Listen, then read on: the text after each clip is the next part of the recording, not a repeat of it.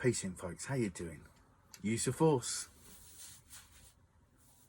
Positive mental attitude. You know how we do. So, shit, I've had an emotional morning. Whew. Just went and saw my nan through a window. She's in a nursing home. She's 94. She's either going to be 94 in February, or she's going to be 95 in February. I got there just as she was sat down to her lunch, bless her, and I said to the guy at the door, I said, look, you know, I know what my nan's like, she might not even want to get up, but let her know I'm downstairs. And yeah, she popped up to the window, and that was lovely.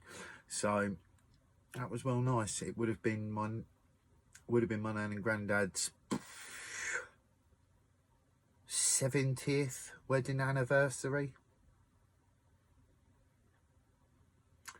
My nan's been alive without my granddad for 20 years. Another 5 years, that'll be half her married life.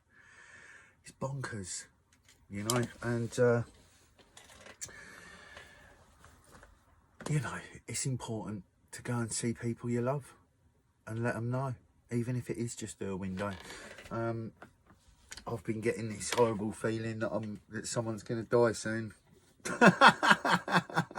And I've lost so many people in my life that I pay attention to these feelings. So I'm like, fuck, who's going? Is it going to be me? I could have some like terminal illness, you know, and I could die. Who knows? They say if blackbirds start hanging around you, death is around. Well, I keep seeing blackbirds, so something's happening.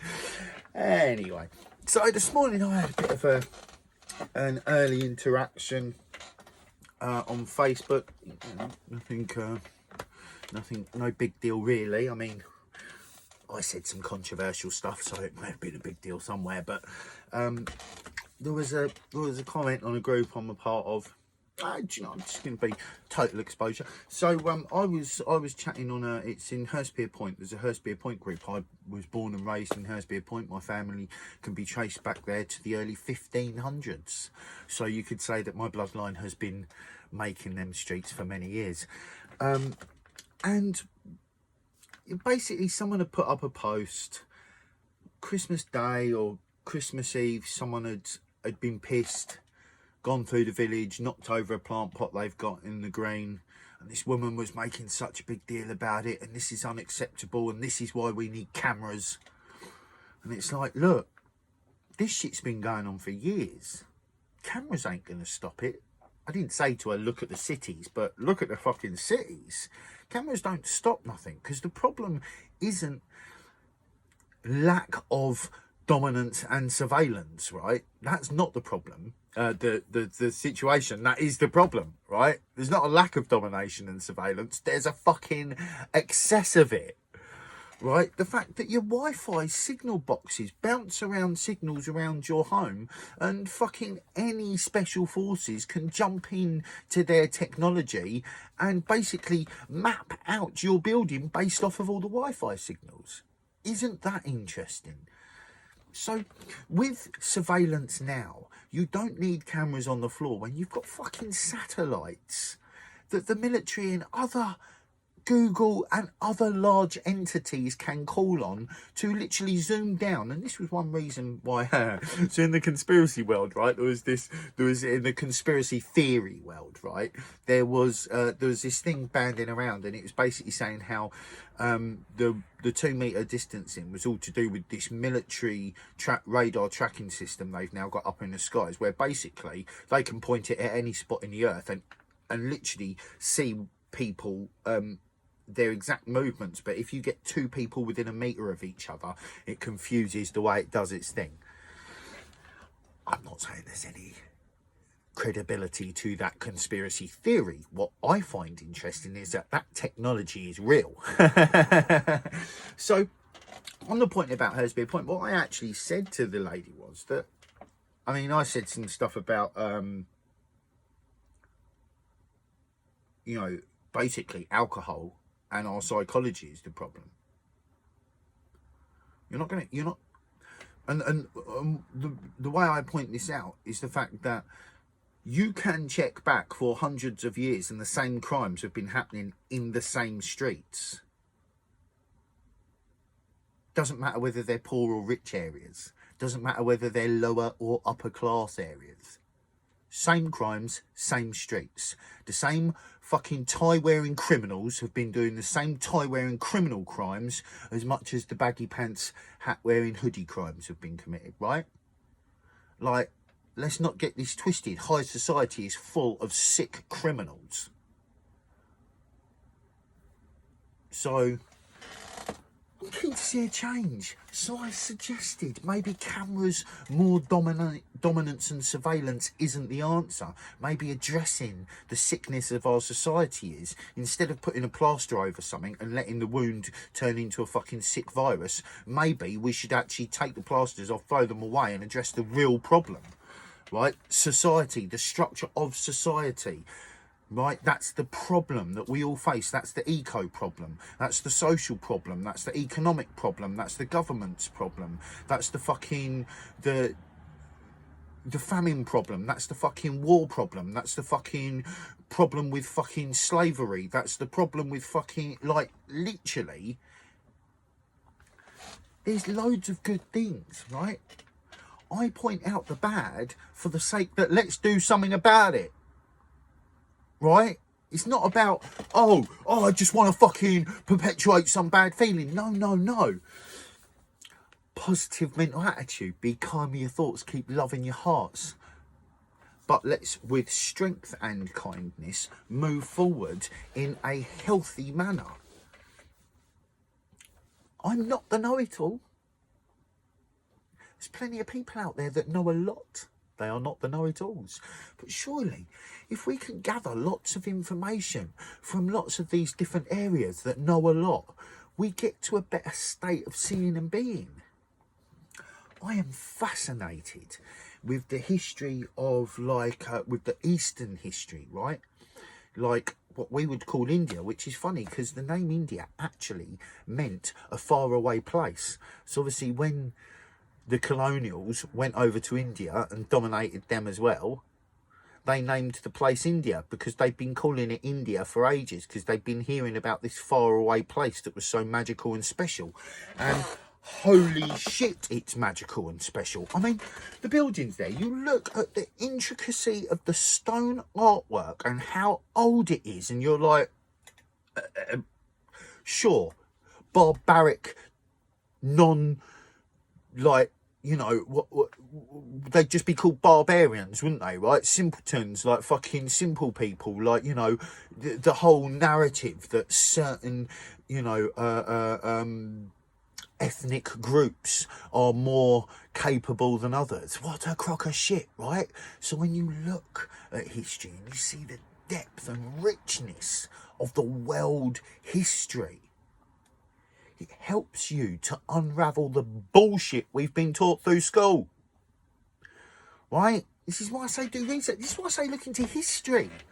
It's not because I'm just a history buff. I'm like, oh my God, I've turned into a history buff and I just fucking love it. I mean, the fucking Romans were so amazing, weren't they?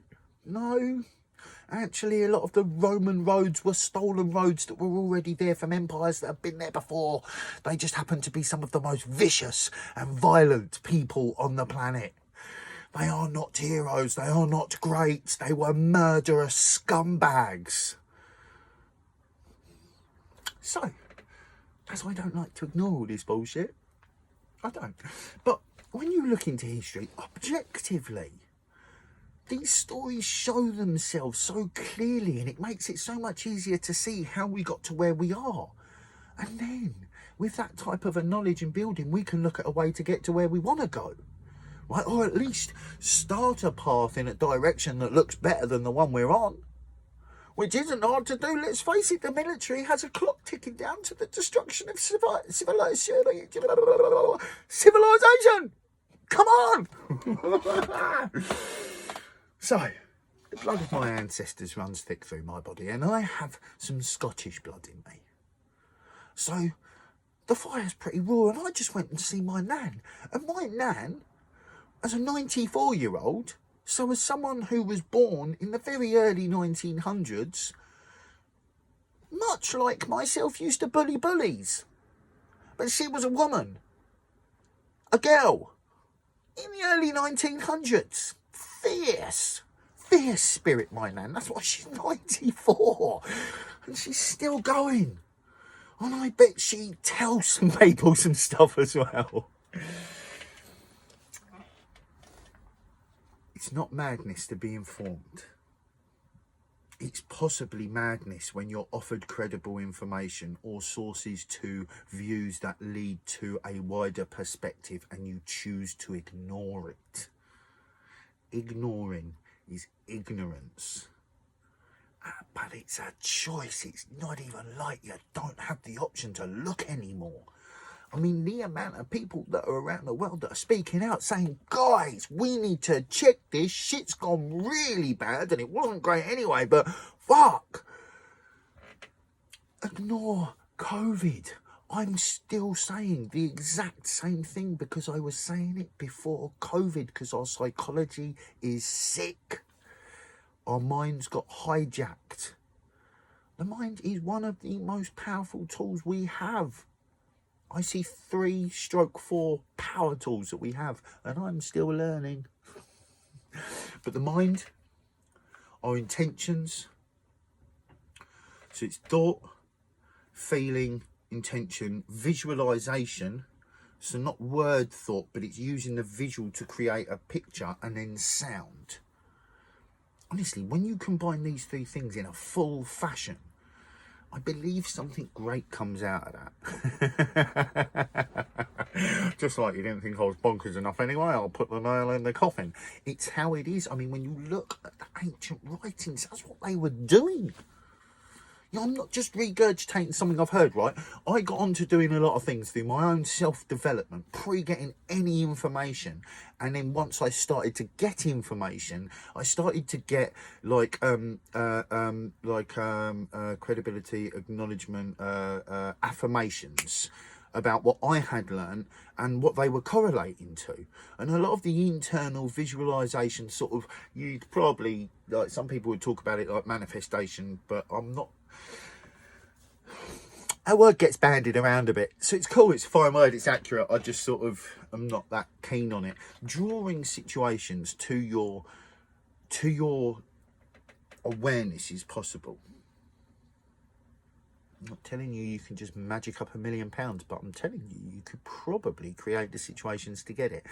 Although I think that's going to get harder unless your motives behind it were exceptionally good. I mean, we're just turning over into the age of Aquarius. There's a whole new load of energies going on in the universe. There's rebellions happening all over the globe. It's beautiful. If you stay cocooned in your own media world, you're not going to find out what's going on, and that's true. I just don't like saying them things. But you know, to anyone who'd never watched me before, this is why I drift back and forward over things I've said, because I'm not. Part of me talks to people that already know some information, right? And I'm trying to share with them that I feel that the view of using compassionate strength over what we've been taught, which is really negative strength, right? Oh, I know loads of stuff. Look at these sheep. Okay, so you're just going to call everyone names. That ain't going to help anyone, right? I'm not saying I'm right. And I'm not saying my way's the only way. And I don't even think it's my way. But what I am saying is there are better ways. And I think if we all find our own better ways, we will create one big better way. We need minimum 1% of the population is what is written in like rebellion text, right? You can do courses.